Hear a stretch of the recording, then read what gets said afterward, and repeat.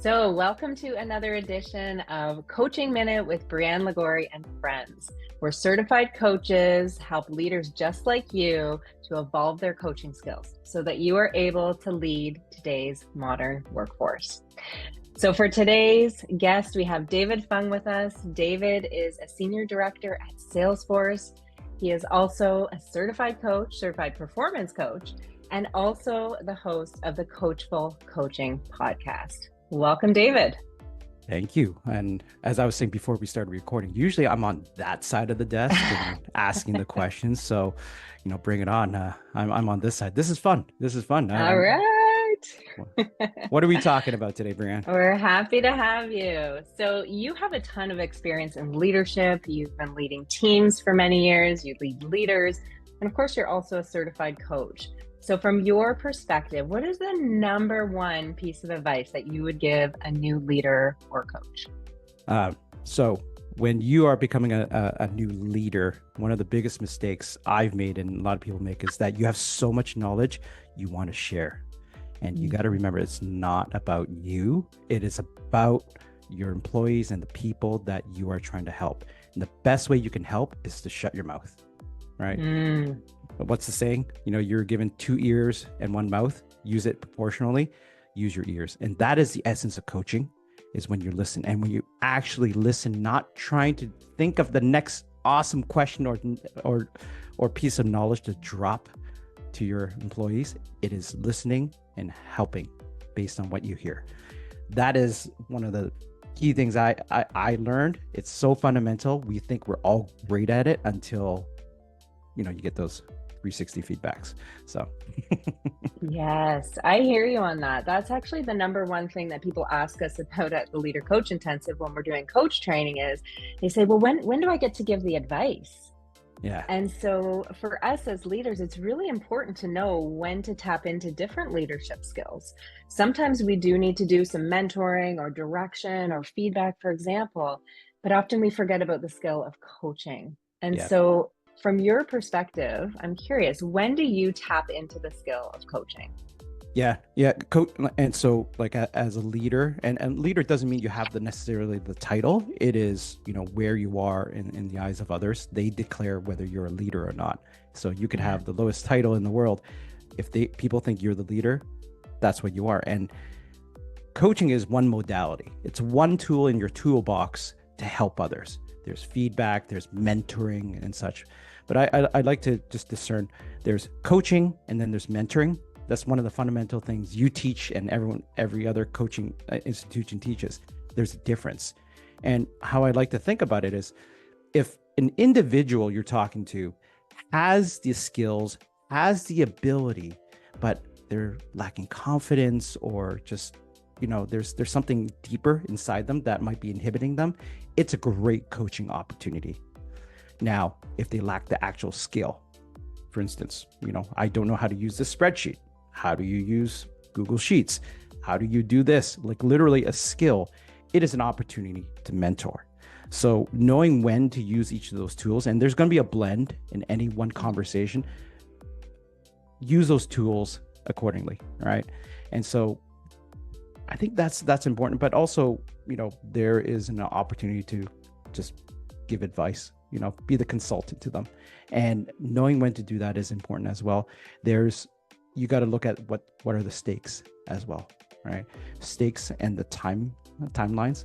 So I had a manager who he's a great coach and a great mentor, but there was one time there's something that needed to be done yesterday.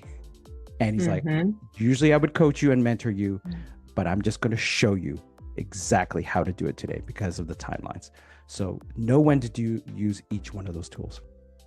Yes, absolutely. And I think sometimes people end up defaulting to advice and mentorship because that's sort of often how we grow up in organizations as a subject matter expert. Yes. And so it can feel very awkward to actually ask a question. And so I always encourage leaders, just give it a try and see what happens, especially as you say, when the stakes are low, why the heck not? See what the person can come up with on their own. Yeah. What are your thoughts on how you might approach this?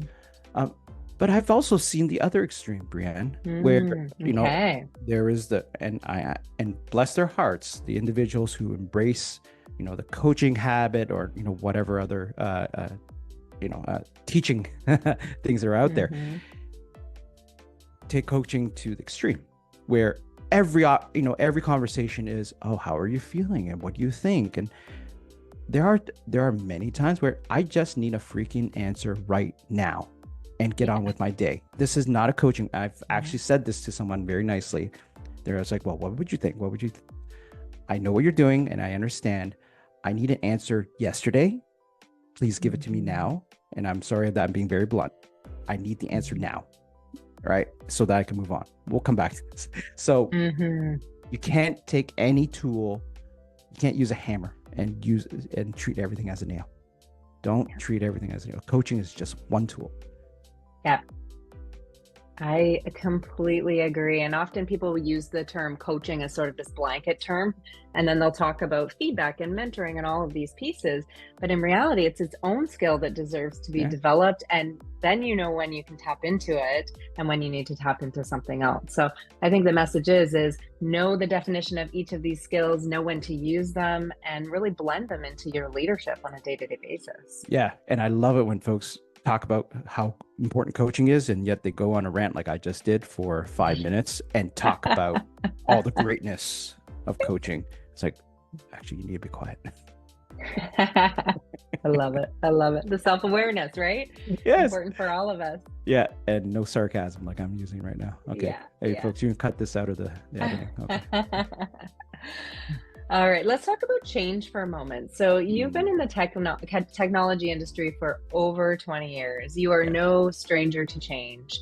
Yeah. And we're also seeing sort of this rapid pace of change happening across the globe. We're seeing it across industries now, and people are really feeling it. So for you and your experience with change and as a certified coach, how do you use coaching to help your team kind of navigate through the busy, fast-paced change? Yeah, one of the things I appreciated from learning coaching is how, through the right questions and navigation, you could build awareness, evoke awareness in the individual.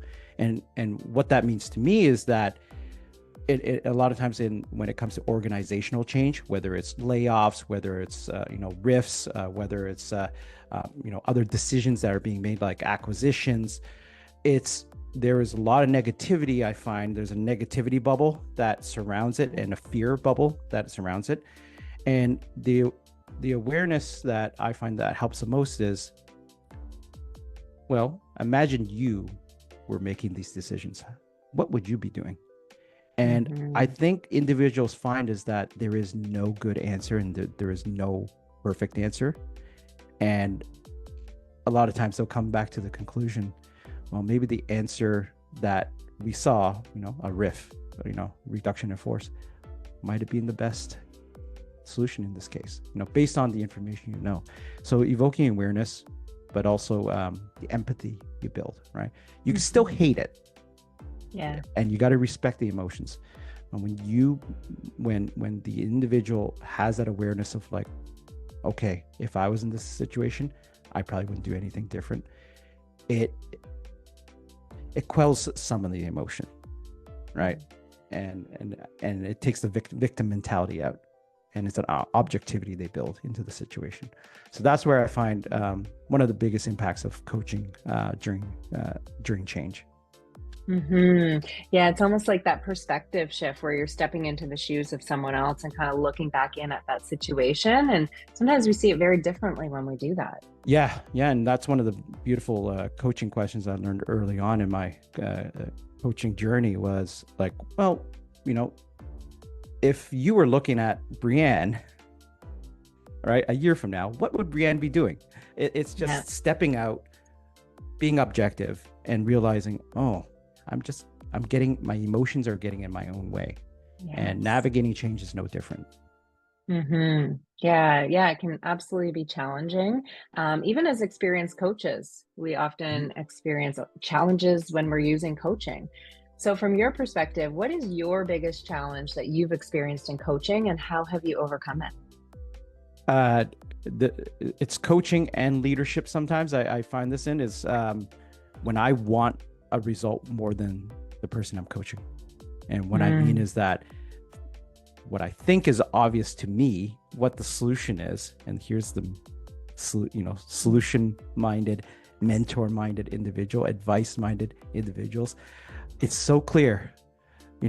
If this is A, you want to get there, you got to go to B, and these are the things you got to do. When I want it more than that person, I start leading them, and I'm not coaching them. I'm asking leading questions. I'm pushing them towards a result that I want. And I've done that unconsciously, and I've had good mentors, literal coach mentors, who said, that's the leading question. Those are leading questions. I caught myself, and because of that, I also catch myself in my day-to-day work, leading a team, is that there are, again, we're talking about tools, using the right tool at the right time. If the stakes are low, let them find their own way, right? Let them find their own way. And if they trip a few times, that's great. That's how they'll learn. So not wanting the result more than your coachee, that is one of the biggest challenges. I hear you. Oh my gosh. Yeah. Sometimes we'll see leaders get very attached to a particular outcome that they'd like to see for someone or a particular solution. But as we're doing coach training, it's really important to kind of have them pull back and almost take a breath and be like, okay, what's the worst thing that could happen if they did something different or did it their own way?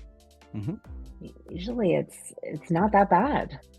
Yeah. Best piece of advice I had from a mentor was, some people just need to fall on their face and hit the ground, and that's how they learn. And if the stakes aren't that high, let them fall, hit the ground, but they'll learn. They will learn.